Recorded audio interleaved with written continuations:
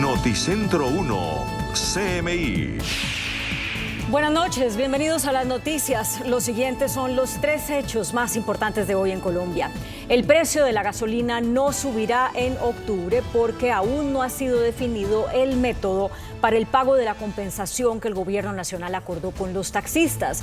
Eso fue lo que reveló hoy el ministro de Hacienda, Ricardo Bonilla.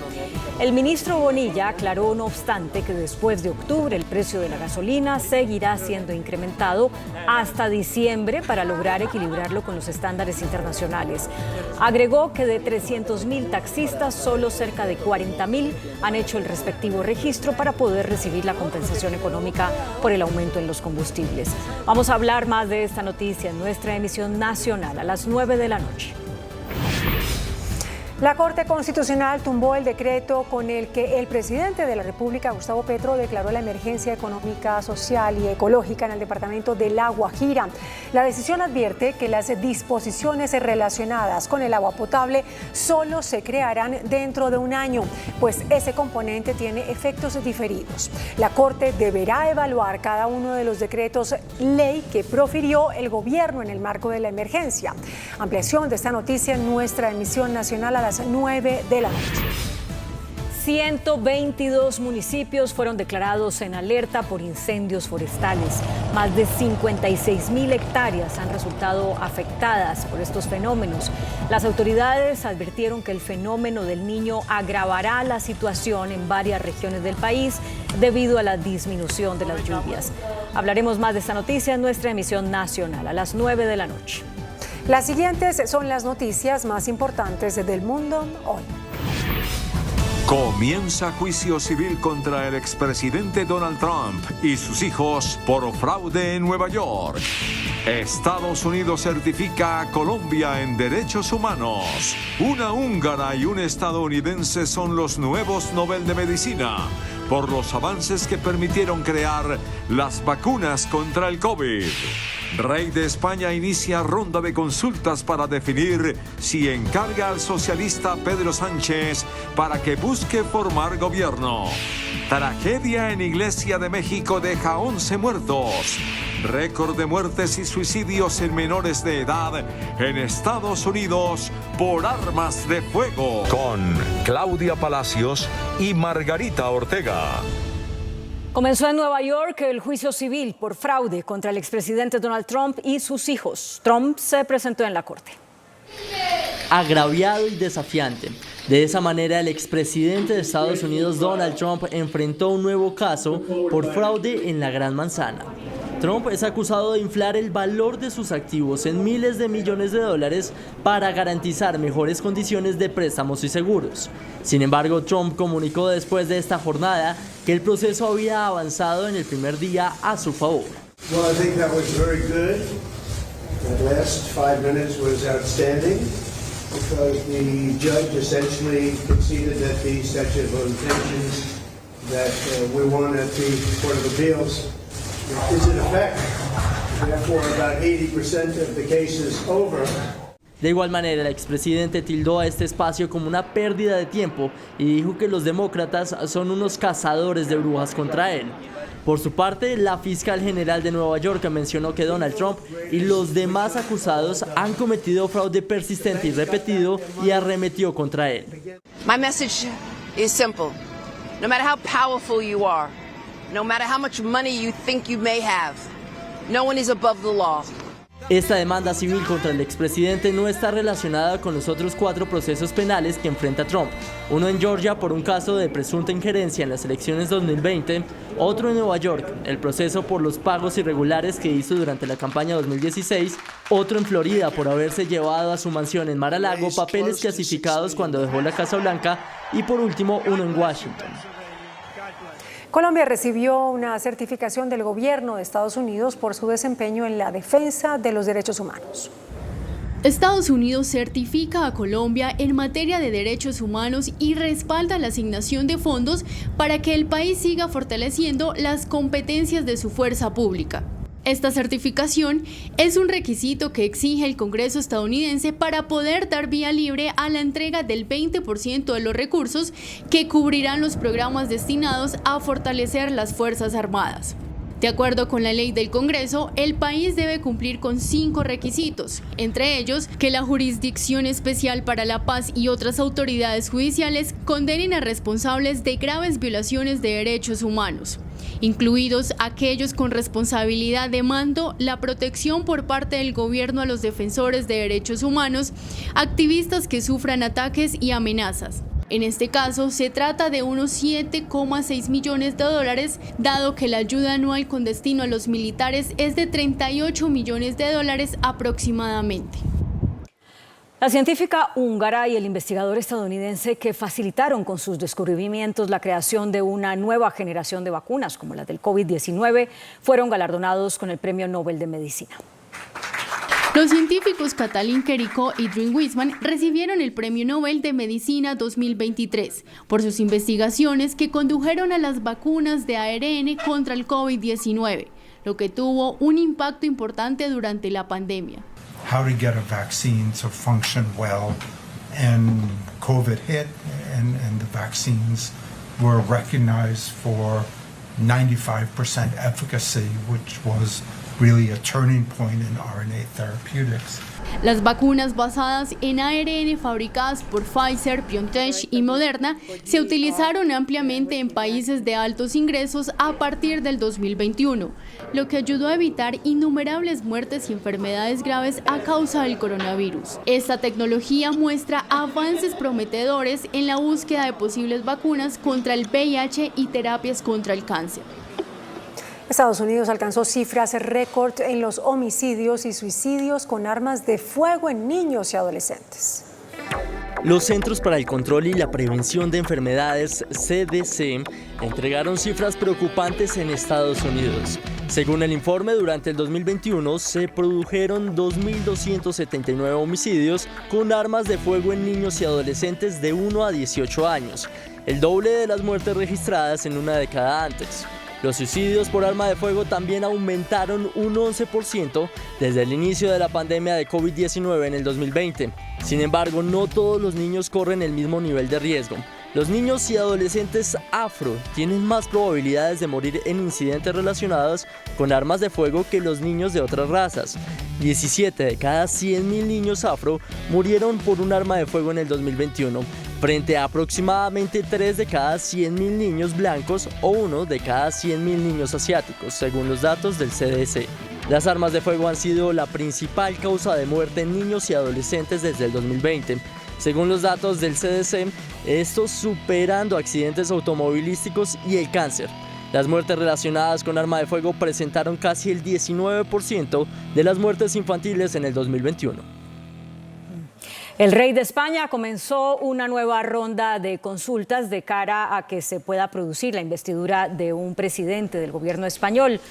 Esto luego del fallido proceso del líder del Partido Popular, Alberto Núñez Feijóo. El rey Felipe VI inició entonces una nueva jornada de consultas con los dirigentes de los distintos partidos que componen el Congreso para designar a un nuevo candidato que deberá formar gobierno antes del 27 de noviembre. Si no lo logra, habrá que repetir las elecciones. La ronda de consultas del monarca cerrará mañana cuando se reúna con el actual jefe del gobierno, Pedro Sánchez. Kiev se convirtió en el escenario del apoyo europeo a Ucrania en medio de una cumbre entre los ministros de Exteriores del viejo continente. Por primera vez, el Consejo de Asuntos Exteriores de la Unión Europea se reúne fuera de sus fronteras actuales. Esto con el fin de enfatizar su compromiso en medio de la guerra con Volodymyr Zelensky. El ministro de Asuntos Exteriores ucraniano, Dmytro Kuleba, dijo que esta reunión significa un mensaje de apoyo ilimitado de la Unión Europea y de Estados Unidos al país en medio de la invasión rusa. We don't feel that the US support has been shattered.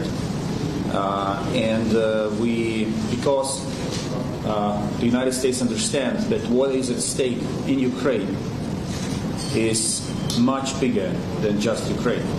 It's about the stability and predictability of the world. En el encuentro también se abarcan temas como la ayuda militar europea a Kiev, las sanciones del continente contra Rusia y también el camino de Ucrania hacia su ingreso a la Unión Europea. El Consejo de Seguridad de Naciones Unidas autorizó una nueva misión de seguridad extranjera en Haití.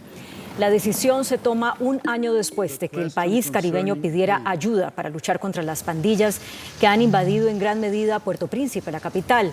El Consejo de la ONU adoptó esta resolución que autoriza a la llamada Misión Multinacional de Apoyo a la Seguridad para tomar todas las medidas necesarias para combatir la inseguridad.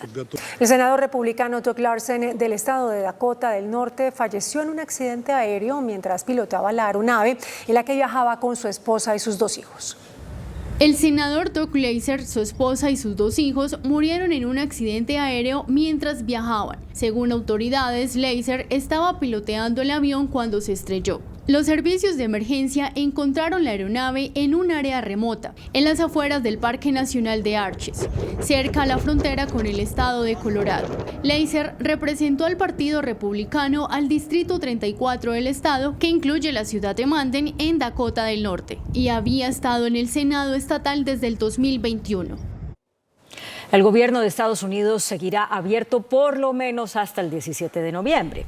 El Congreso aprobó un proyecto de ley provisional, lo que permitirá que el gobierno siga abierto mientras continúan las negociaciones entre los legisladores para aprobar o no otro proyecto de ley de gastos antes de esa fecha para evitar el cierre del gobierno. El estatuto por el momento mantendrá activos a los trabajadores gubernamentales, la Administración Federal de Aviación y no incluye ayuda adicional a Ucrania.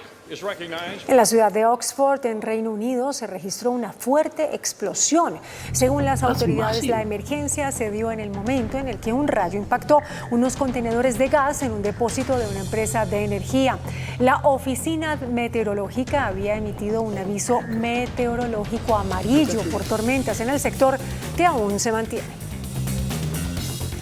Al menos 11 personas, incluidos 3 menores de edad, murieron cuando el techo de una iglesia se derrumbó en el norte de México.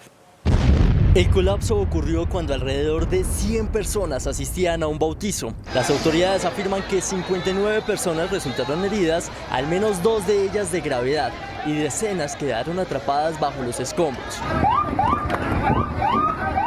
El trágico hecho se registró en la iglesia de Santa Cruz, ubicada en la ciudad de Madero, en Tamaulipas, donde se estaba realizando un acto religioso cuando se registró esta caída del techo encima de los fieles.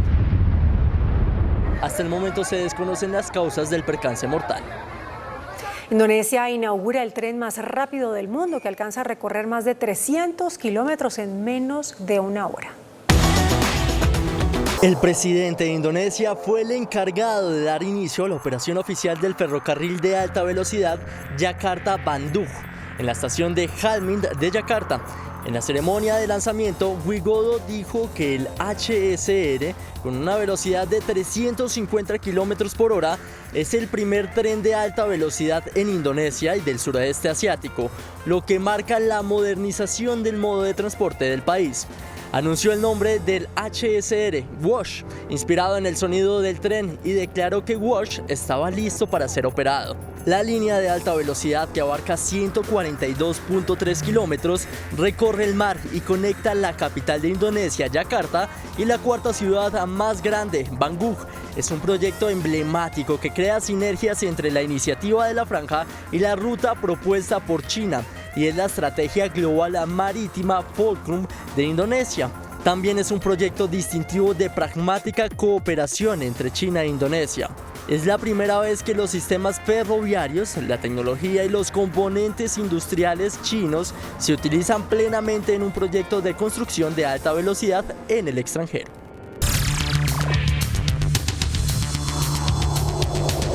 Muy buenas noches. El exalcalde de Medellín, doctor Daniel Quintero, renunció al cargo, según él, para apoyar la candidatura a la alcaldía de Medellín de Juan Carlos Upegui, quien es primo de su esposa Diana Osorio. Pero hay otras muchas versiones totalmente diferentes. Él es el doctor Quintero, nuestro invitado esta noche. ¿Por qué, doctor Quintero, con todo respeto, nadie cree la versión que usted dio sobre su renuncia? ¿Qué fue realmente lo que pasó? Pues no, la verdad la gente sí cree y lo cree porque estamos en la calle desde ayer haciendo la campaña más linda, pero también la más importante que haya vivido Medellín en su historia. Lo que está en juego hoy no son los próximos 3 meses, que están seguros, tenemos el mejor equipo de gobierno. Lo que está en juego hoy es qué va a pasar en Medellín, no solo en los próximos 4 años, sino en los próximos 20 años. ¿Qué va a pasar en la ciudad? Si vuelve los clanes corruptos que están, ahí está el uribismo, están los Valencia Cosio, está los Obdulio Gaviria, a través de un candidato que se llama Fico y que cambió de valores, cambió de principios, que ahora se le ve defendiendo a Odebrecht, a los responsables de Hidroituango y a la tumbada de UNE, o nos vamos con un candidato como Upegui, que se ha consolidado como la mejor opción y la única opción para derrotar esa clase política tradicional y mantener una política que le ha dado computadores a los niños, matrícula cero a los jóvenes y que se ha parado duro contra la corrupción. Por eso nos han perseguido muchísimo, pero no nos hemos dejado arrodillar. Aquí estamos y ahora desde las calles asumiendo la responsabilidad como hay que asumirla. En las calles, mirando a la gente a los ojos de frente, y nos está yendo muy bien, afortunadamente. Pero, a ver, doctor Quintero, eso querría decir que usted, pues, acepta que fracasó durante sus 4 años de gobierno porque usted hizo campaña para la alcaldía como luchador contra la corrupción, el candidato del tomate, como antiestablecimiento. Y usted dice ahora que la corrupción sigue y el establecimiento sigue y que por eso va a luchar, lo cual supone pues que su promesa de campaña cuando se lanzó como candidato no la pudo cumplir. Pues hemos cumplido muchas cosas. Por ejemplo, Hidroituango lo recibimos como un ícono, como el elefante grande y el ícono de corrupción más grande del país. No solo recuperamos la plata, sino que reconstruimos uno de los proyectos más importantes de infraestructura del continente. La Biblioteca España la encontramos completamente destruida, otro ícono a la corrupción. Hoy la tenemos ya a punto de ser entregada. La 12 Sur, un proyecto de la administración anterior, la encontramos siniestrada. Todo eso lo callaban los medios. La pusimos a funcionar, ya está funcionando. El Hospital de Buenos Aires, 3 administraciones, un elefante blanco de 3 administraciones. Todo el mundo callado. Nosotros lo pusimos a funcionar. Clínica del 80 igual. Pero hemos sido tremendamente incómodos. Pusimos una demanda contra los constructores de Hidroituango que nos ha sacado sangre, sudor y lágrimas. Después de eso armaron todo un bloque de persecución jurídica, mediática, política para tratar de sacarnos del cargo. Hicieron de todo, hasta montaron una revocatoria para sacarnos. Afortunadamente, pues aquí estamos. Dios estuvo con nosotros, nos protegió y gracias a eso pues pudimos hacer todas las cosas que hemos hecho. Lo más importante, Yami, lo que hicimos con los niños. Los niños en Medellín han recibido el trato que realmente se merecen. Ahí logramos bajar la desnutrición crónica, a los niños les damos computador, pagamos la matrícula cero. Los colegios que se caían por 20 años de inacción del Estado, hoy todos están en el proceso de remodelación más grande en la historia de Medellín y cuando terminan ahí pasan a matrícula cero, que es que les pagamos la matrícula, incluso las pruebas saber. Eso ha hecho que miles de jóvenes estén estudiando. Medellín se convirtió en un valle del software, bajó el desempleo al nivel más bajo del país, el más bajo también de la historia. Los homicidios, hoy Medellín es la ciudad más pacífica del país, 40% de reducción de homicidios. Entonces, logros y éxitos muchos y por eso hay que salir a luchar a defender esto. Yo no me concibo y a mí no me gusta quedarme en la comodidad de un cargo cuando falta un mes para elecciones y en la calle están todo el mundo dando una batalla para que no vuelva el uribismo, para que no vuelva Fico, para que no vuelvan los que nos tumbaron en Hidroituango, en Orbitel, en UNE, en Bonje, que en Antofagasta, y me puedo quedar ahí mostrando el cartel de 20 billones de pesos que se venía robando a la ciudad y uno como si nada. Entonces hemos tomado la decisión responsable de salir a defender una causa, a defender una lucha y estoy seguro que lo vamos a lograr con Upegui como alcalde y si Dios quiere incluso podemos ir más allá.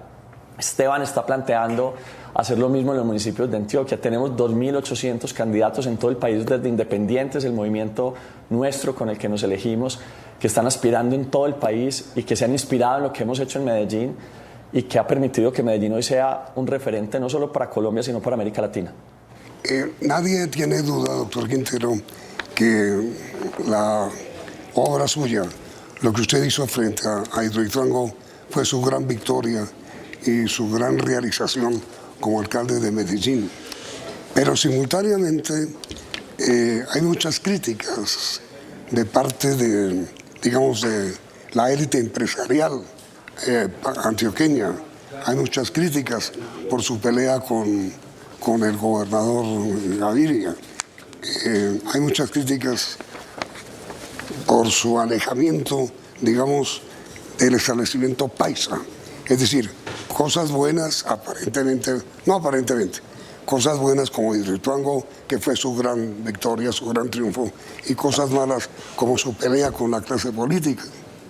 Hay que dar algunas peleas en la vida. Uno no puede renunciar a las peleas cuando sabe que está dando una lucha justa. Sin embargo, los resultados empresariales de la ciudad muestran que hemos gobernado con garantías para todos y ventajas para nadie. Hemos creado en esta administración más de 300.000 empleos. Medellín era la ciudad número 14 en desempleo. Hoy es la mejor ciudad para conseguir empleo en la ciudad, más de 300.000 empleos.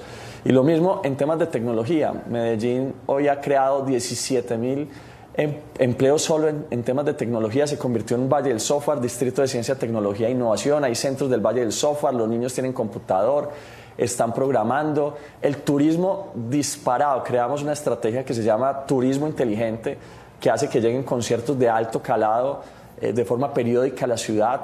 En diciembre vamos a tener algo maravilloso de alumbrados, más grande que lo que hicimos el año pasado con Disney y con Encanto.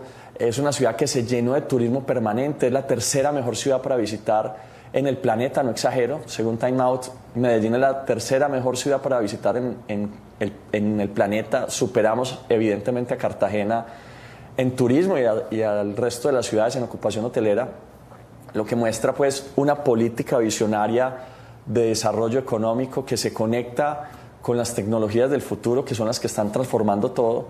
Pero ese impulso no se puede perder.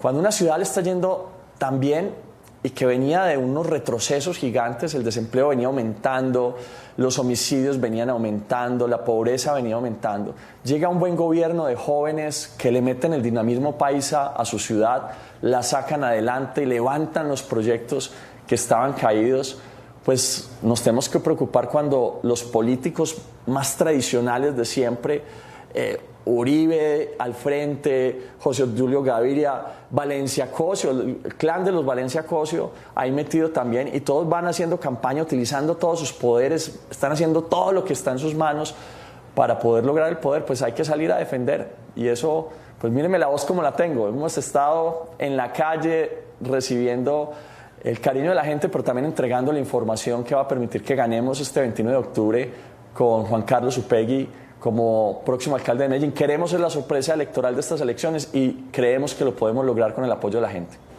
Sí, lo que pasa, doctor Quintero, es que la opinión pública no cree tanto en eso, porque, por ejemplo, el gobernador ha dicho que usted engañó a sus electores porque no cumplió con su periodo, que usted los traicionó. El gobernador, no yo, gobernador. ¿Qué opina usted sobre semejante crítica? Pues es una crítica muy particular porque el gobernador estuvo 410 días fuera del cargo, lo que suma no solo el periodo que estuvo detenido, sino el periodo también de vacaciones que tomó. Él ha tomado muchísimas vacaciones. Yo no tomé un día de vacaciones, y bueno, tampoco, pero tomé muy poquitos. Me podía tomar casi el resto del año de vacaciones, pero yo dije no, lo correcto es salir a la calle y dar la batalla. Yo he logrado la mayoría de los resultados que le apostaba en esta administración. Voy a dar un dato que sería un sueño para cualquier otra ciudad del país.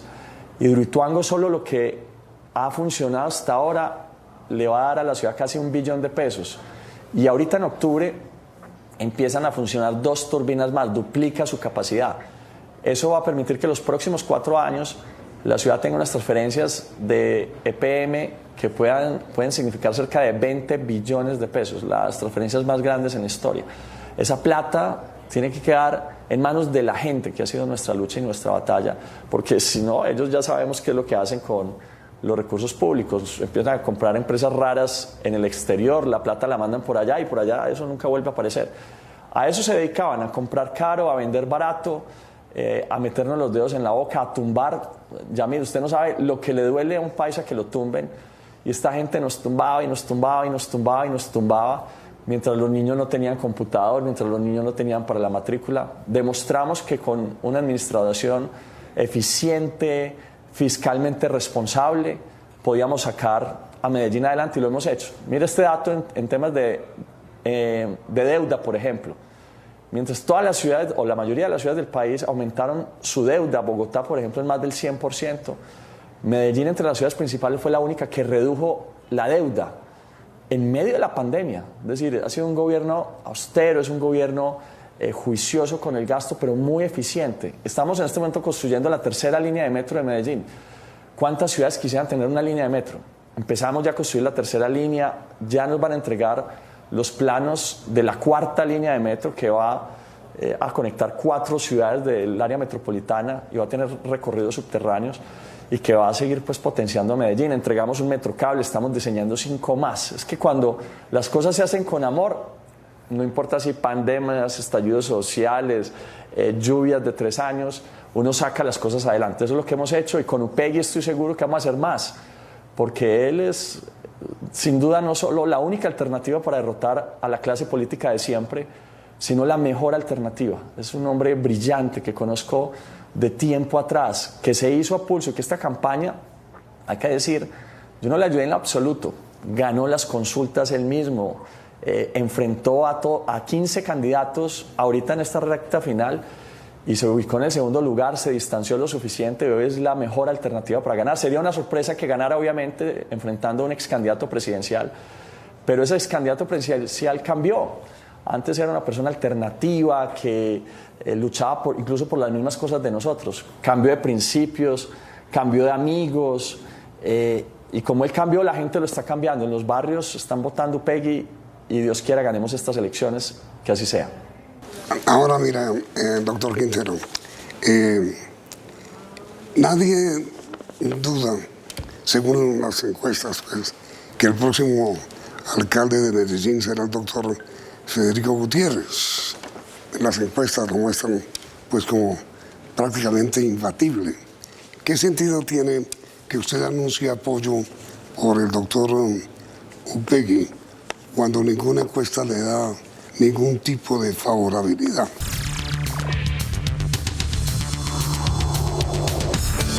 A ver, señor doctor Quintero.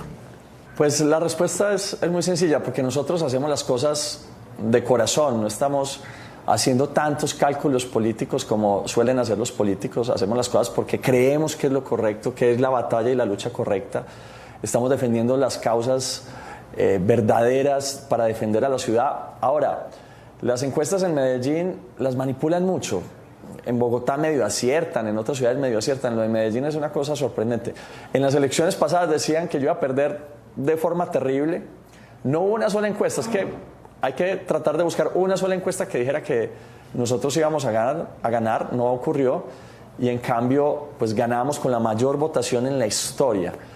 Y hoy lo que yo estoy viendo en las calles, cuando camino a las calles con los volantes de Upegui, pues me encuentro la misma energía que sentí hace 4 años. La gente nos quiere, reconoce lo que hemos hecho. Hay personas que dicen gracias por el computador para mi hija, es una oportunidad que jamás tuve yo, o por el estudio, la matrícula para mi hijo, o algunos dicen, mire, esa biblioteca que durante tantos años estuvo ahí como un icono de la corrupción de Elefante Blanco, ahora se está reconstruyendo y casi terminando. Estamos construyendo el parque público más grande de la ciudad, en la comuna que tenía menos espacio público, no de la ciudad de Medellín, no, del país, la comuna donde Pablo Escobar pudo hacer de las suyas, porque la ciudad no había llegado, porque la ciudad, allí no llegaban todas esas obras hermosas que conocemos de Medellín. Esta ha sido una alcaldía volcada mucho en los jóvenes y mucho en los barrios populares, y la de Upegui es una alcaldía, será una alcaldía que le apuesta precisamente a eso, al futuro de los jóvenes, a desatar las capacidades de una Medellín que pueda alcanzar el pleno empleo. Su meta es 200.000 empleos y estoy seguro que lo va a lograr, para convertir a Medellín en la primera ciudad de pleno empleo. Ya estamos en el 8,3%, desempleo 8,3%. Y si sigue en esa línea, si sigue en ese camino, no sería sorprendente llegar a un 4% de desempleo en la ciudad, que es cuando ya se empieza a hablar de pleno empleo. Eso se puede alcanzar, no hay razones por las cuales sí se puede lograr en países desarrollados y no se puede lograr acá. Es un tema de visión, de convicción y muchas políticas sociales que verdaderamente valen la pena sacar adelante con la inteligencia y la visión que tiene Juan Carlos Upegui. Doctor Quintero, usted tiene investigaciones abiertas en la Procuraduría y en la Fiscalía. Estas investigaciones que le han abierto a usted o que le abrieron como alcalde, pues al dejar el cargo desaparece. ¿No fue esa la razón o las razones reales del motivo de su renuncia? Al revés. Bueno, lo primero que hay que decir es que en efecto a mí me han abierto muchas investigaciones. Después de que nosotros pusimos la demanda de Hidroituango, yo soy quizá el único alcalde que se ha atrevido a demandar a los grandes, a los poderosos. Los demandé por 10 billones, ya recuperamos 4.3 billones y vamos a recuperar el resto. La única alcaldía que ha recuperado plata en su vida, además. Crearon una organización para tratar de tumbarnos, a la que le han dado 1.600 millones de pesos, crearon una revocatoria, crearon de todo para tumbarnos. Y pues afortunadamente estamos aquí, en todos los procesos hemos salido adelante, todos han terminado cerrados. No son 3 investigaciones, son como 100, pero han cerrado ya 97, solo quedan 3. Y el salir de la alcaldía, por el contrario, nos deja más vulnerables, no más protegidos. Antes a mí medio me asustaron, me dijeron, mire, si usted sale lo van a enredar y no sé cuántas, mejor quédese ahí. Yo dije, no, el que nada debe, nada teme.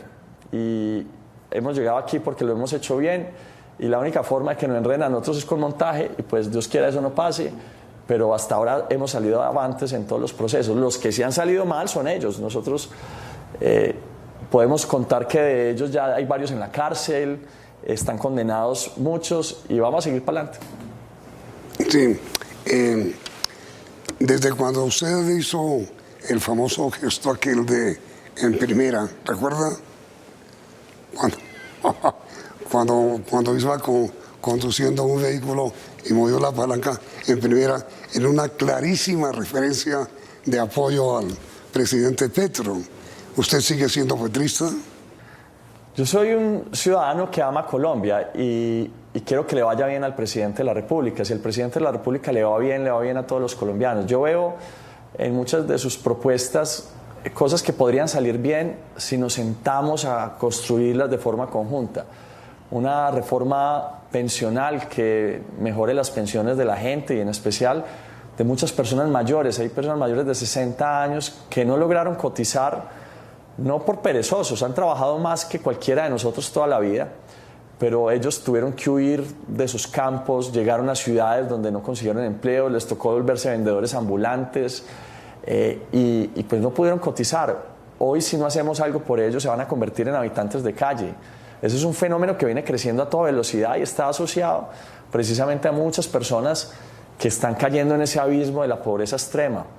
El tema de los salarios yo creo que es algo que hay que revisar para que le vaya bien a los empresarios, que podemos hacer que le vaya bien a los empresarios, que le vaya bien también al trabajador que quiere mejorar su calidad de vida. Los trabajadores están en una situación compleja, no les alcanza para el arriendo, para la gasolina, para el mercado. Cuando eso pasa en las economías, lo que se hace es una especie de acuerdo entre los empresarios y los empleados y se hace una especie, digamos, de compartición o de entrega de parte de esa riqueza que genera la economía, que además Colombia es un país rico, para que a los ciudadanos pues, les vaya un poco mejor y puedan comprar una casa en el modo que van mejorando sus ingresos. Hay muchas cosas buenas que pueden salir de ahí, pero lo que sí estoy convencido es que unas reformas de ese tamaño hay que hacerlas sentándose con el Congreso, sentándose con los empresarios, buscando algo para que les vaya bien a todos. Esto no se trata de una suma cero, es este peso suyo, lo pasamos de aquí para allá, no, es cómo hacemos que hayan 10 pesos más. Y ahora sí, hablemos de esos 10 pesos más, cómo los distribuimos, para que a todo Colombia le vaya muy bien. Yo soy de ese tipo de apuestas. En Medellín, por ejemplo, pues los resultados económicos son realmente maravillosos. ¿Qué hicimos? Aumentamos el turismo, creamos mayor riqueza. Un trabajador en restaurante antes trabajaba por el mínimo.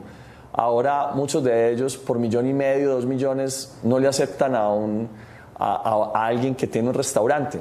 Los grandes conciertos, RBD, la gente dice, ay, pero ¿qué es esa bobada? RBD son 180,000 personas en la ciudad, de los cuales más de 120,000 son visitantes, más de 50,000 extranjeros que llenan la ciudad, se mueve la economía y a la semana de RBD entonces llegan otros y otros y otros. Viene otro concierto que vamos a anunciar muy pronto, ya no yo, el alcalde que estaba a anunciar un concierto que son otras 3 fechas maravillosas. Viene lo de los alumbrados es impresionante. Va a ser ver lo del año pasado de Encanto chiquito, y lo de Encanto lo visitaron 7 millones de visitantes. Había gente que repetía porque era tan hermoso que la gente lo repetía. Lo de este año va a ser de tal tamaño que ya si usted no viene se perdió la mejor ciudad del mundo y el mejor espectáculo del mundo va a haber. Pero con esa respuesta, especialmente la primera parte, doctor Quintero, nos deja usted la sensación no solo de que sigue siendo petrista, sino súper petrista.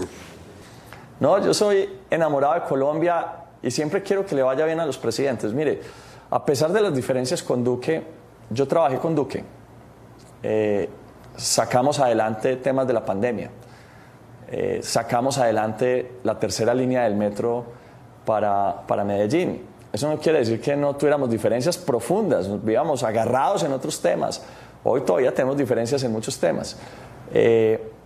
Pero uno tiene que trabajar para que el presidente le vaya bien. Yo conozco al presidente, a mí me parece una buena persona, porque lo he conocido, lo he visto a los ojos. La gente se sorprendería de ver la personalidad del presidente en el silencio de un café y ver a una persona que uno no lo ve maquinando cosas malas, calculando cosas malas, sino de forma genuina, tratando de que las cosas salgan bien. Ahora, se equivoca en algunas cosas, nos equivocamos todos. Yo me he equivocado en muchas cosas. Claro, doctor Quintero, que la decisión es del presidente de la República, pero finalmente la decisión final es suya. ¿Usted aceptaría hacer parte del gobierno central? Ya veremos, Yamit. Lo primero es que el presidente me ofrezca algo. Yo no creo que... No sé si me ofrecerá algo, pero lo primero es un descanso, ver al país desde lejos. Y no digo irme del país, no, pero verlo político sin el cargo, ser un empresario otra vez. Hay un par de universidades en Estados Unidos que me ofrecieron dar clases de gobierno y de la experiencia que hemos tenido en Medellín. Yo no soy muy amigo de la idea de irme del país. Yo creo que ahorita hay que estar acá, creo que es un momento para estar acá, pero ya veremos. Pero usted ya tiene inclinación para tomar qué decisión, qué camino seguir. ¿Usted qué me recomienda, mi querido Yamil? De las alternativas que me ha planteado, por ejemplo, ir a estudiar más en el exterior y cosas así. Sí, señor. Bueno, esa es una alternativa. Diana es la que quiere que vayamos a Washington un rato, o a Boston un rato a estudiar o a dar clases. Yo soy de la idea de estar aquí, de estar en el país, pero bueno, ya veremos cuál es la mejor alternativa. Mi pregunta final, cuando Mao terminó la larga marcha, algún periodista le preguntó, ¿y ahora qué? Y él respondió, detrás de las montañas hay más montañas. ¿Y ahora qué? Detrás de las montañas hay más montañas. Doctor Quintero, muchas gracias, muy amable. Muchas gracias, Miguel Epague. Que tengan una noche muy querida. Y a ustedes, televidentes, gracias por la sintonía y los invitamos a continuar aquí en Noticentro 1, CMI. Noticentro 1, CMI. EPS vuelven a estar en riesgo. Gobierno gana mayorías para su proyecto de reforma a la salud. Las EPS no podrán tener afiliados después del periodo de 2 años de transición. No subirá la gasolina este mes, pero habrá alzas en noviembre y diciembre. Tragedia en discoteca en España de un colombiano. Tenía orden de cierre hace 1 año. Corte tumba emergencia para La Guajira. Se normaliza desde mañana impresión de pasaportes. Me pueden matar, pero no pararé el metro, dice alcaldesa de Bogotá. Alerta en 122 municipios por incendios. Se desploma venta de vehículos.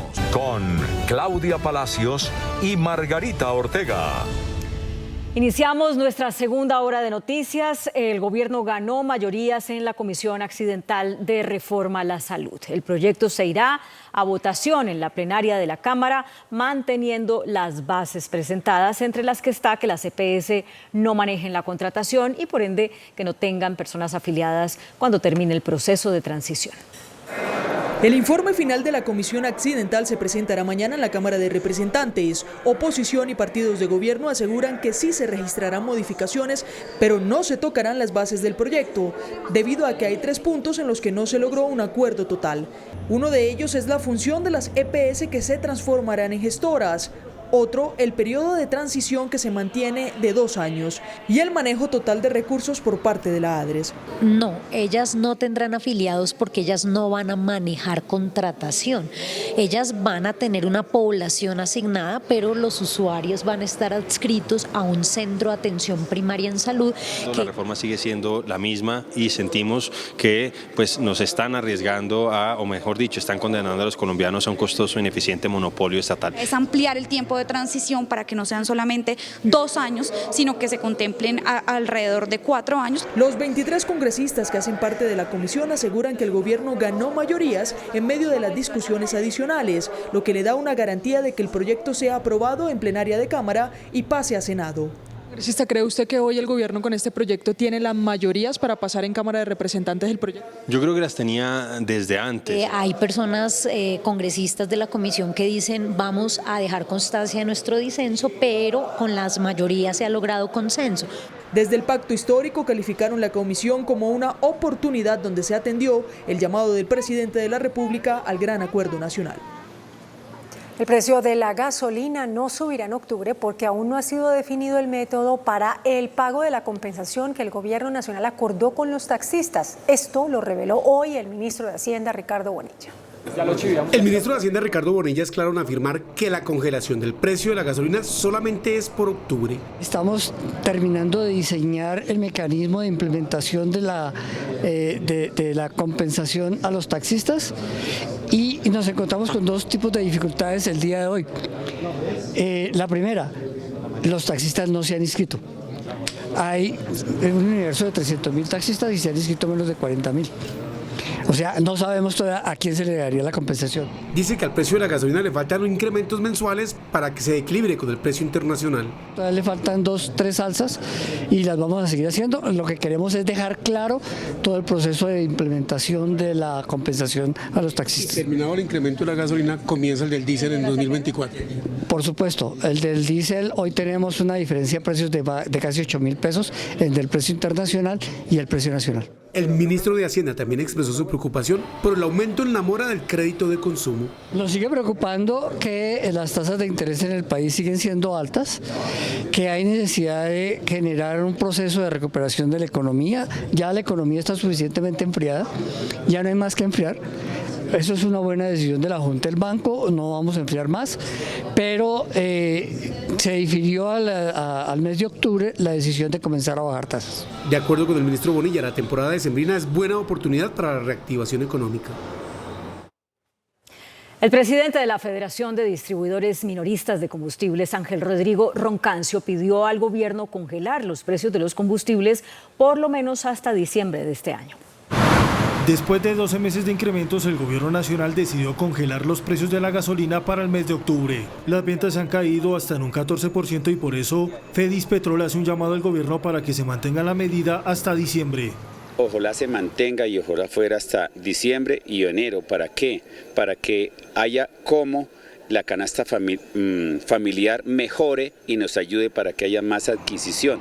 La decisión de los ministerios de Hacienda y de Energía se dan con el fin de seguir trabajando en la compensación para el gremio de taxistas, que a la fecha solo se han inscrito 40.000 trabajadores de unos 300.000.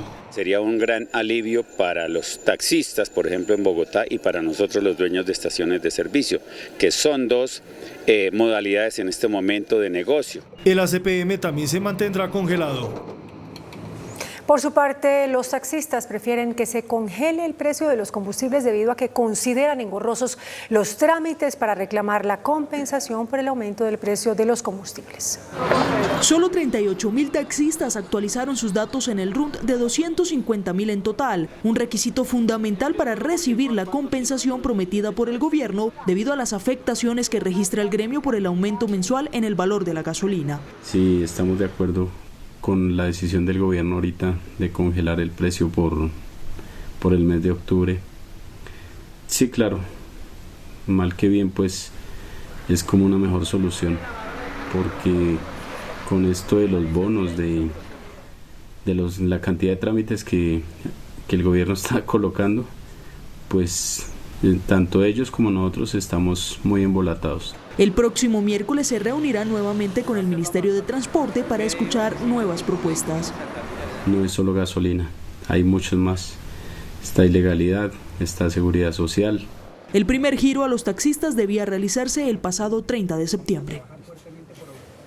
En Murcia, España, avanzan las investigaciones por el incendio en una discoteca en el que perdieron la vida 13 personas. El establecimiento, propiedad de un colombiano, tenía orden de cierre desde el año pasado. El hecho se registró en dos locales de ocio, Teatro Gold y La Fonda Milagros, ubicadas en la zona de Atalayas, en Murcia, las cuales, según las autoridades, estaban operando sin autorización. El 8 de marzo de 2022, la empresa presenta un proyecto de legalización, está previsto en la ley, no habiendo concluido a fecha de hoy este procedimiento. Por lo tanto, Teatro y La Fonda han funcionado sin autorización desde la orden de cese del anterior concejal.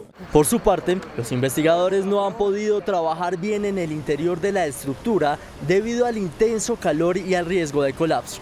Las causas, lógicamente, en este momento se desconocen cuáles pueden haber sido. Además, es un tema que también está en manos de policía científica y policía judicial. El alcalde de Murcia declaró 3 días de luto por los fallecidos y dijo que iba a garantizar una investigación por la tragedia. Entre los 13 fallecidos se confirma la presencia de personas de nacionalidad colombiana, nicaragüense y ecuatoriana, de acuerdo con los delegados del gobierno español. Además, al menos 3 de los desaparecidos serían colombianos.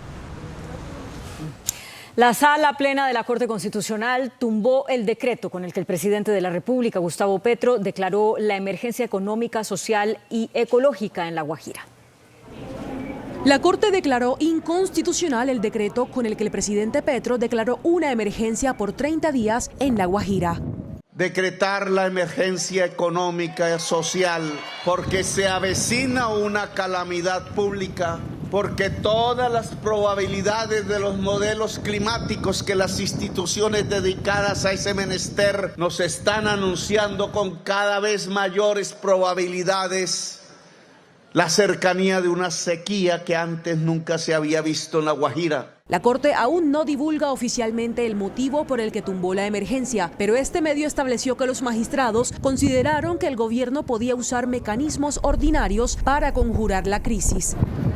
El fallo precisa: conceder efectos diferidos a esta decisión por término de 1 año, contados a partir de la expedición del decreto respecto de la amenaza de agravamiento de la crisis humanitaria por la menor disponibilidad de agua. Según juristas, esto quiere decir que los 13 decretos ley que profirió el gobierno sobre temas distintos al agua potable, como los de las tarifas de energía, solo se caerán cuando la Corte los revise uno a uno. Por el momento continúan vigentes. ¿Esto qué quiere decir? Que el decreto mantendrá vigencia por 1 año más, pero solamente en lo relacionado con la menor disponibilidad de agua y para superar esa crisis humanitaria. Los magistrados Cristina Pardo, Natalia Ángel y Juan Carlos Cortés votaron contra la decisión mayoritaria. Consideraron que el fallo genera confusión y provoca una incongruencia al reconocer efectos a decretos de desarrollo de una emergencia cuyo decreto declarativo se declara inexequible. Se muestra contradictorio el fallo.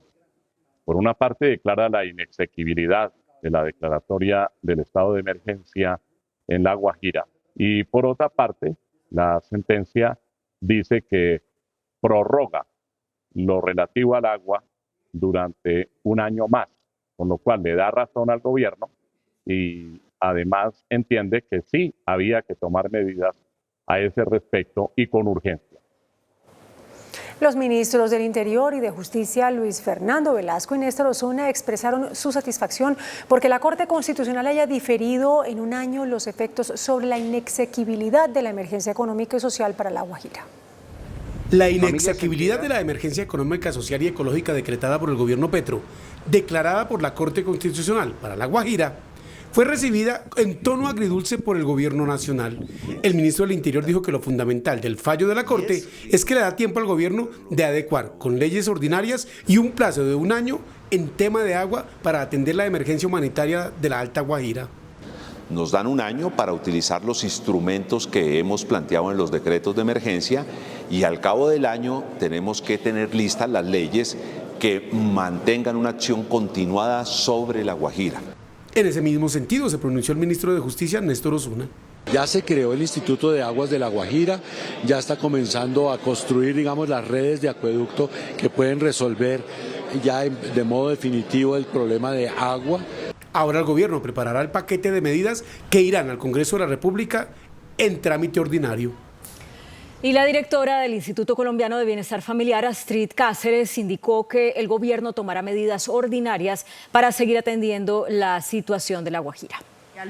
La directora del ICBF, Astrid Cáceres, quien lideró parte del diagnóstico realizado en La Guajira para decretar la emergencia, se refirió a través de un video a la decisión de la Corte de tumbar esa medida. Acatamos la resolución que ha dado la Corte Constitucional y nos acogemos a esas medidas. Sin embargo, sabemos que necesitamos un espacio de salud territorializado para darle respuesta a los niños y niñas, que no podemos dar marcha atrás con una salud que le llegue a cada una de las rancherías y que en esto van a tener nuestro compromiso y nuestro esfuerzo de la mano de toda la acción del Estado para lograrlo. Combatir la desnutrición en ese departamento es el principal reto del Estado. La expedición de pasaportes quedó garantizada hoy con un nuevo contrato entregado de manera directa por el gobierno nacional a la firma Thomas Gregg & Sons. El contrato tiene un año de vigencia mientras se surte una nueva licitación.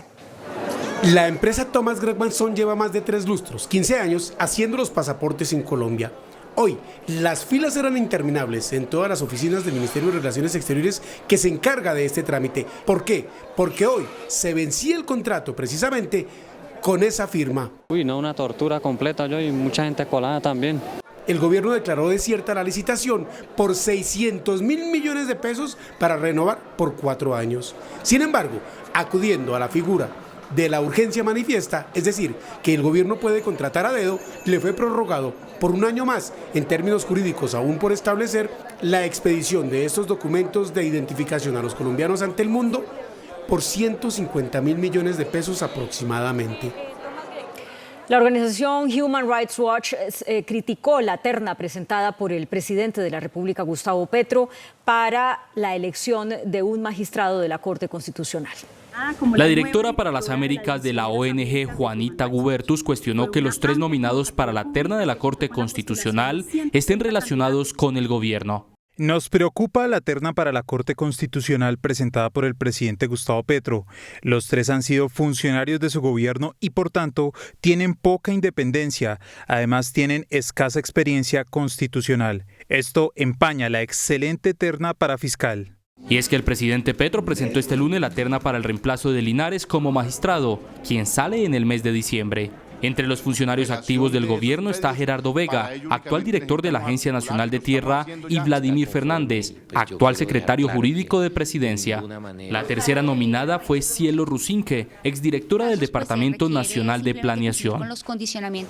La alcaldesa Claudia López aseguró que no dejará parar el metro elevado por el ego de un caudillito de turno, refiriéndose a la intención del presidente Gustavo Petro sobre el proyecto. No es el ego de un caudillito de turno lo que está en juego. En una férrea defensa del metro de Bogotá, la alcaldesa Claudia López arremetió contra el presidente Gustavo Petro. No voy a dejar parar el metro de Bogotá, punto final. Punto final. Me pueden tratar de matar en vida si quieren. Esta ciudad se respeta.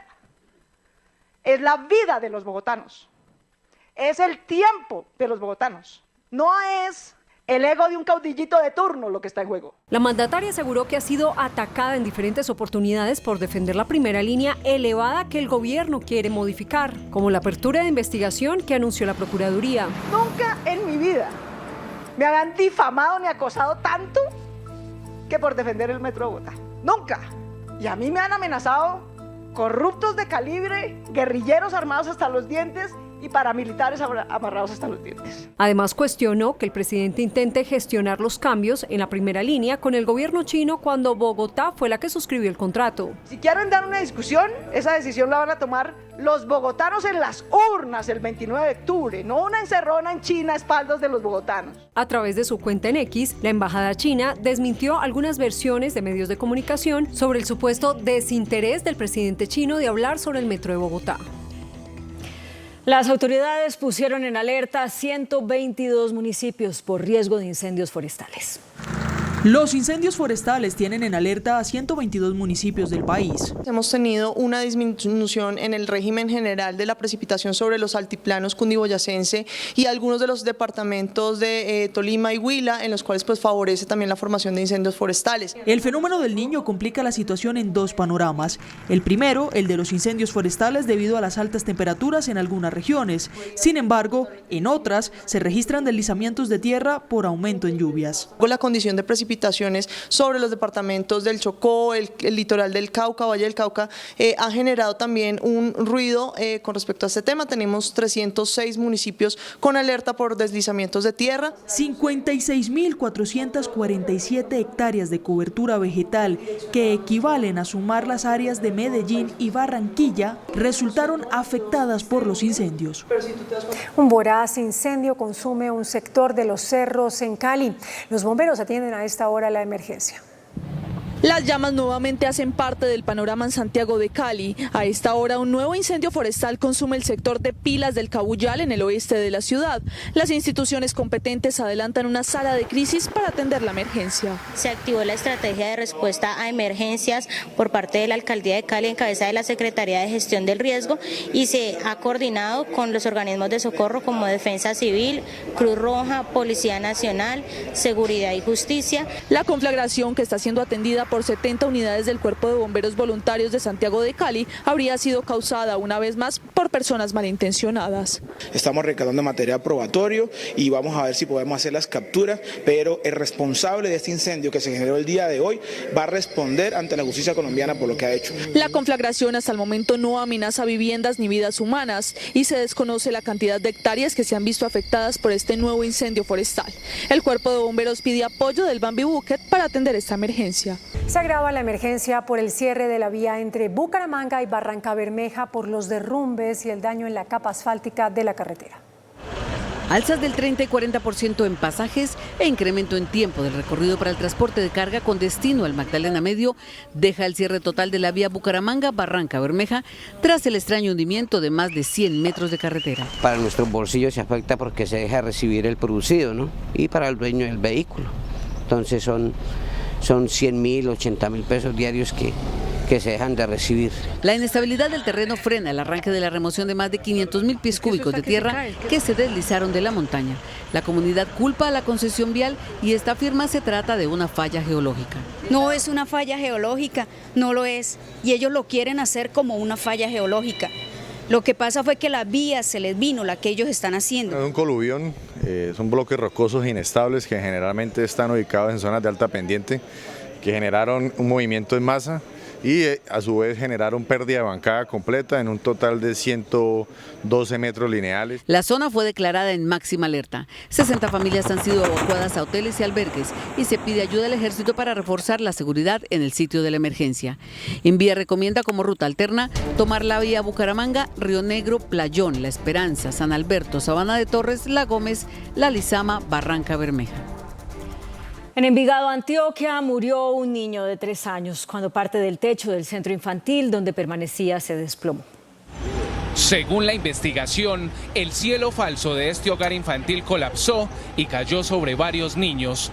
Pese a los intentos del personal para reaccionar, un menor de 3 años falleció y 2 más resultaron heridos. Es un centro que después de 16 años nunca ha tenido una falla estructural, incluso hoy podemos decir que la estructura como tal es sólida, ni siquiera en los fuertes temblores que han ocurrido ha mostrado algún signo de debilidad a la estructura. El mandatario aseguró que este centro educativo, con capacidad para 260 niños de 0 a 5 años, no había reportado fallas estructurales y en la zona continúa la investigación de la propiedad, mientras que las familias afectadas a esta hora reciben apoyo del ICBF. La Fiscalía detectó que más de 126.000 millones de pesos estarían enredados en una millonaria pirámide con monedas virtuales. Noticentro 1 CMI tuvo acceso al proceso contra 6 de los presuntos cerebros de la estafa. Dailycop, una supuesta moneda virtual, habría servido para estafar a miles de personas que terminaron invirtiendo en una pirámide que operaba de la siguiente forma. Estaban los promotores y creadores de la criptomoneda, tenían un grupo conocido como comerciales, quienes eran los encargados de conseguir inversionistas ganando comisiones de hasta el 10%. En el esquema también aparecen decenas de influenciadores en redes sociales quienes recibían dinero de los fundadores por promover la moneda, y en el fondo estaban los inversionistas, quienes compraban la moneda bajo la promesa de millonarios rendimientos al mes. 6 personas fueron detenidas por hacer parte de la pirámide, en la que además se detectó un millonario lavado de dinero. Que ofrecían al público esta criptomoneda colombiana denominada Dailis y de la cual se ofrecía una ganancia del 0.5 diario y un 12 mensual de lo invertido. La Fiscalía estableció que 126.000 millones de pesos estarían comprometidos en el escándalo de estafa con esta moneda virtual. Dinero de los cuales se advierte vienen de esa inversión de compras de estas supuestas monedas virtuales. 6 empresarios responden a esto ante un juez por participar en el desfalco y son investigados por 4 delitos. La misión de observación electoral alertó por el alto riesgo para las elecciones en 4 localidades de Bogotá.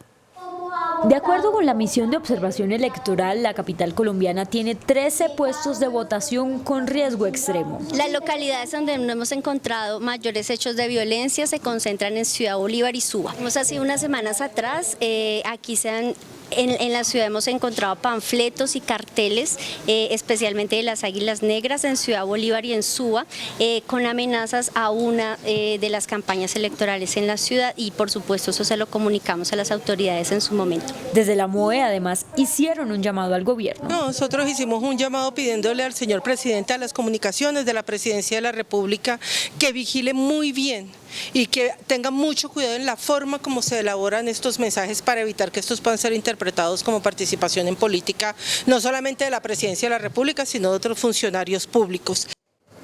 La Procuraduría abrió una investigación al gobernador del Magdalena, Carlos Caicedo, por presunta intervención en política. El Ministerio Público advierte que Caicedo habría usado sus redes sociales institucionales y habría dado entrevistas para defender a su hermana Carmen Patricia Caicedo por la revocatoria de su candidatura a la alcaldía de Santa Marta. La Policía Nacional investiga una masacre perpetrada en Santa Marta, en la que perdieron la vida 3 personas. El triple homicidio se presentó en medio de una fiesta en una cabaña en zona rural de la ciudad de Santa Marta. Las víctimas fueron identificadas como Manuel Alejandro Vera, de 32 años, Andrea Trujillo y Elkin Ríos Osorio. Sobre las 3:20 de la mañana, donde lamentablemente pierden la vida 3 personas. Es una investigación que está siendo adelantada por la Fiscalía General, específicamente por el CTI. El general Rojas, director de Seguridad Ciudadana, viajó al lugar de los hechos para adelantar la investigación respectiva. Establecer realmente qué fue lo que sucedió allí, si obedece a una retaliación interna o de algún otro grupo. Además de las 3 personas asesinadas, otras 2 resultaron heridas. Según cifras de Indepaz, este año se han perpetrado en Colombia 69 masacres. Se refuerza la seguridad para Bogotá. Desde la dirección de la policía se anunció la llegada de otros 2.000 uniformados a la capital del país. La gran toma de Bogotá fue anunciada por el general William René Salamanca, director de la Policía Nacional. Son más de 2.200 hombres y mujeres, una capacidad aérea, una capacidad logística, una capacidad tecnológica puesta a disposición de las autoridades de Bogotá y también sumar esfuerzos juntos con la labor de la señora alcaldesa mayor de Bogotá y su secretaría del despacho. Como estrategia, la oficina del general Salamanca será trasladada al centro de Bogotá, donde está la metropolitana de la capital. La policía en cabeza del director general debe hacer presencia en Bogotá para contribuir y para reducir los índices de inseguridad y también la instrucción del señor ministro de Defensa Nacional. Se intervendrán 60 puntos críticos con la ayuda de helicópteros. Las vías de acceso a la ciudad también van a tener un control 24 horas, 7 días a la semana, que fue un reclamo o una solicitud, de la señora alcaldesa. Habrá mayor control en rutas de buses y estaciones de Transmilenio para prevenir el hurto. Las mujeres se sienten inseguras en Transmilenio y las mujeres han sido objeto de abuso, de acoso y de maltrato. Pues aquí vamos a estar. Localidades como Suba, Usaquén, Engativá, Kennedy, Bosa y Chapinero serán intervenidas. El Contralor Delegado para el Sector Defensa, Luis Eduardo Parra, advirtió sobre deficiencias en la asignación de esquemas de protección en la Unidad Nacional de Protección. La Contraloría advirtió que entre 2019 y 2022, 114.000 colombianos pidieron esquemas de protección a la UNP, pero solo el 9.1% de ellos recibieron medidas. Y no necesariamente todas las medidas tienen que terminar, que eso también es muy importante, en medidas duras, es decir, en la entrega de un carro blindado y unos agentes de protección. Una de las deficiencias está en la notoria diferencia en los esquemas asignados a congresistas y los que entregan a líderes sociales. Mientras el país gasta cerca de 374 millones de pesos, ¿sí?, por cada congresista, ¿sí?, en el líder social está sobre el orden de los 140, 150 millones de pesos. No todos los congresistas tienen el mismo nivel de riesgo. El Contralor sugiere que muchos funcionarios con esquemas realmente no lo necesitan. Hay gente que le gusta posar de carros blindados y de esquemas de seguridad. Pareciera como que estuviera en el comportamiento disfuncional de algunas personas en Colombia. El exalcalde de Medellín, Daniel Quintero, no descartó la posibilidad de en un futuro cercano ingresar al gobierno nacional. El ahora exmandatario Daniel Quintero defendió su renuncia, dijo que no se descartan posibles alianzas con su candidato a la alcaldía de Medellín, Juan Carlos Upegui. No negó, pero tampoco desestimó que esté buscando un cargo en el actual gobierno y arremetió contra la oposición. ¿Es cierto que usted está buscando una posibilidad de ser ministro o embajador? Yo creo que lo que sigue en este proyecto, primero va hasta el 29 de octubre, donde vamos a hacer, ustedes me conocen a mí, yo soy de entrega total, yo no sirvo de espectador, yo me meto de pies y cabeza en las cosas en las que creo. Esta es una causa que creo justa y de ahí yo soy de los que aprieta la mano cuando ve que nos están robando. Entonces ya veremos qué depara el futuro. Pero el partido Independientes presentó una terna para su reemplazo, integrada por José Gerardo Acevedo, secretario de Seguridad, Juan David Duque, secretario privado, y Óscar Hurtado, secretario de Hacienda, y quien desde hoy ejerce como alcalde encargado. El funcionario habló de las críticas que ha recibido por recientes investigaciones. Eso es una indagación preliminar, o sea, yo no tengo ahora pliego de cargos y hemos dado a la Procuraduría toda la información pertinente. A diferencia de los resultados entregados por el exalcalde Quintero, Medellín Cómo Vamos presentó otra realidad en cifras basada en la última encuesta de percepción ciudadana hecha en 1.505 hogares de la ciudad. La imagen favorable del alcalde ha disminuido significativamente, entre 2022 y 2023, además de que ya teníamos los 2 años más críticos, los 2 últimos años eran los más críticos. Estábamos en el 59%, hoy estamos en el 31%. Según el resultado, la confianza en la alcaldía de Medellín pasó del 37% en 2022 al 24% en 2023. Según la encuesta, es el resultado más bajo en la historia de la ciudad. La oposición hizo una marcha contra el gobierno del presidente Gustavo Petro. Con antorchas y velas blancas, la oposición adelantó una marcha contra el gobierno de Gustavo Petro. No es posible que en la mitad de estas elecciones tengamos hoy tomas como las que vemos en Cauca, donde le colocan bombas a las estaciones de policía y no pase nada, donde no le exijan a los grupos armados organizados que cumplan con ese cese bilateral y por supuesto que el gobierno no permita el debilitamiento de la fuerza pública. Hoy decimos acá, Colombia entera respalda a sus héroes y exige al gobierno Petro respaldo a la fuerza pública. Desde la oposición además señalaron que este fue un homenaje al triunfo del no en el plebiscito por la paz que se votó durante el gobierno de Juan Manuel Santos para refrendar o no los acuerdos suscritos en La Habana con la entonces guerrilla de las FARC. Pasó en primer debate un proyecto que busca permitir que las personas se divorcien de forma unilateral. La autora del proyecto es la representante Catherine Miranda y el ponente en Senado fue David Luna. A partir de este proyecto de ley habrá divorcio libre. ¿Qué significa eso? Que una de las partes puede solicitarlo ante un juez, obviamente que otorga todas las garantías para los hijos, para por supuesto la protección de la mujer y puede divorciarse si la otra no quiere. Por la simple voluntad de una parte, que es lo que en esencia la Constitución contempla, la autonomía de la voluntad, las libertades. Entre otras, creemos que así evitamos, en muchos casos, la imposibilidad que tiene una mujer o un hombre de divorciarse porque su pareja la mantiene o amenazada o en su defecto obligada económicamente. Este proyecto pasa a segundo debate. Donald Trump asistió a juicio en Nueva York por presunto fraude. Premio Nobel de Medicina 2023 a los pioneros de la vacuna ARN contra el COVID. Tragedia en México por el desplome del techo de una iglesia. Aquí están las noticias del mundo en Noticentro 1 CM.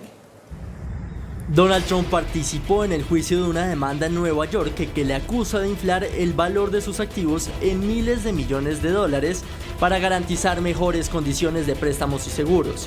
La fiscal general de Nueva York mencionó que Trump y los demás acusados han cometido fraude persistente y no importa cuán poderosos sean o cuánto dinero creen que tienen, nadie está por encima de la ley. Los científicos Kathleen Kerrico y Drew Weissman recibieron el Premio Nobel de Medicina 2023 por sus investigaciones que condujeron a las vacunas de ARN contra el COVID-19. En la iglesia de Santa Cruz, ubicada en la ciudad de Madero, en Tamaulipas, México, mientras se celebraba un bautizo en el que asistieron 100 personas, el techo de la iglesia se desplomó dejando 11 fallecidos y 59 personas heridas. Fenalco y la ANDI reportaron una caída del 35% en la venta de vehículos al cierre de septiembre. Para el año corrido, hasta el mes de septiembre, se alcanzó 134.000 unidades, lo que representó una caída del 31,3%. En la variación mensual, la disminución es del 35%. Las altas tasas de interés siguen afectando este mercado. Si bien la tasa de cambio se ha moderado un poco últimamente, sigue estando muy alta con relación al año pasado. Y efectivamente, las tasas de interés también pues, están altas. En razón a la política económica de pues, controlar la inflación. Advierte que la caída de los niveles de confianza viene afectando el sector. Pero hay un tercer elemento que sí creemos que, si bien no es nuevo, viene acrecentándose, y es la pérdida de confianza en la economía por parte de los consumidores. Para el dirigente, otra de las cifras preocupantes es la caída de los vehículos de carga, que esta vez disminuyeron 43%. Esto refleja la desaceleración de la economía nacional. Esto sí refleja algo más preocupante, que es la creciente pérdida de los consumidores en la economía nacional. Con este panorama, para el cierre del año caerían sus ventas 28,2%. Buenas noticias para los agricultores. La Unidad de Planificación Rural reveló que sigue la tendencia a la baja en los precios de los insumos y los fertilizantes utilizados para la producción agrícola en el país. De acuerdo con el reporte, el índice de precios de los insumos agrícolas en agosto bajó 23,65% frente al mismo periodo del año anterior. La reducción se dio por la corrección de la tasa de cambio y la estabilización de los mercados internacionales. Va a ser favorable para el costo de producción de alimentos agrícolas en nuestro país. Claro, habrá que ver qué pasa con la tasa de cambio, habrá que ver qué pasa con los niveles de inventarios, porque recuerde usted que la inflación es el resultado de la oferta de comida y la demanda. Los fertilizantes registraron una caída de sus precios de 31,35%, mientras los plaguicidas bajaron 4,29%. Se espera que la tendencia se refleje en la inflación. Menores costos por el lado de los insumos pueden aliviar la posibilidad de producir más alimentos, pero eso dependerá de las condiciones de rentabilidad y qué tan fuerte esté el consumo. Los precios se mantendrían a la baja mientras no afecte el clima. ¿Qué va a pasar en este último trimestre con el clima y cómo eso puede afectar no tanto la inflación de este año de finales, sino del primer semestre del 2024? A la espera de los impactos del fenómeno del Niño, el Gobierno Nacional y el Banco de la República esperan que la inflación en Colombia al cierre del presente año termine por debajo del 10%. El índice de capitalización de la bolsa, que mide el comportamiento de las 25 principales acciones, cerró a la baja. La noticia económica del día. El índice selectivo MSCI Colcap de la Bolsa de Valores de Colombia bajó 0,79% a 1.112 puntos. La acción preferencial de Corfi colombiana fue la que más subió, con una valorización de 7,28% a 11.500 pesos. La acción del Grupo Suramericana fue la que más bajó, con una pérdida de 5,78% a 30.140 pesos. La acción más negociada de la jornada fue la de Ecopetrol, al movilizar más de 16.000 millones de pesos, con una variación negativa de 1,82% a 2.322 pesos. El dólar cerró al alza. Indicadores económicos en Noticentro 1, CMI. La tasa representativa del mercado que regirá para mañana martes será de 4.141 pesos con 43 centavos. Los profesionales del cambio compran la divisa en promedio entre 1.880 pesos y la venden entre 1.940 pesos. Un euro cuesta 4.297 pesos con 70 centavos. La libra de café en Nueva York se cotizó a $1 con 49 centavos. El azúcar se transó en 26,35 centavos de dólar la libra. El barril de petróleo WTI se cotizó en $88 con 62 centavos. La referencia Brent para Colombia se cotizó en $90 con 49 centavos. Una acción de Ecopetrol cuesta 2.322 pesos. Atención, hay una noticia al cierre. La Fiscalía acaba de solicitar a la Comisión de Acusación que investigue al presidente Gustavo Petro.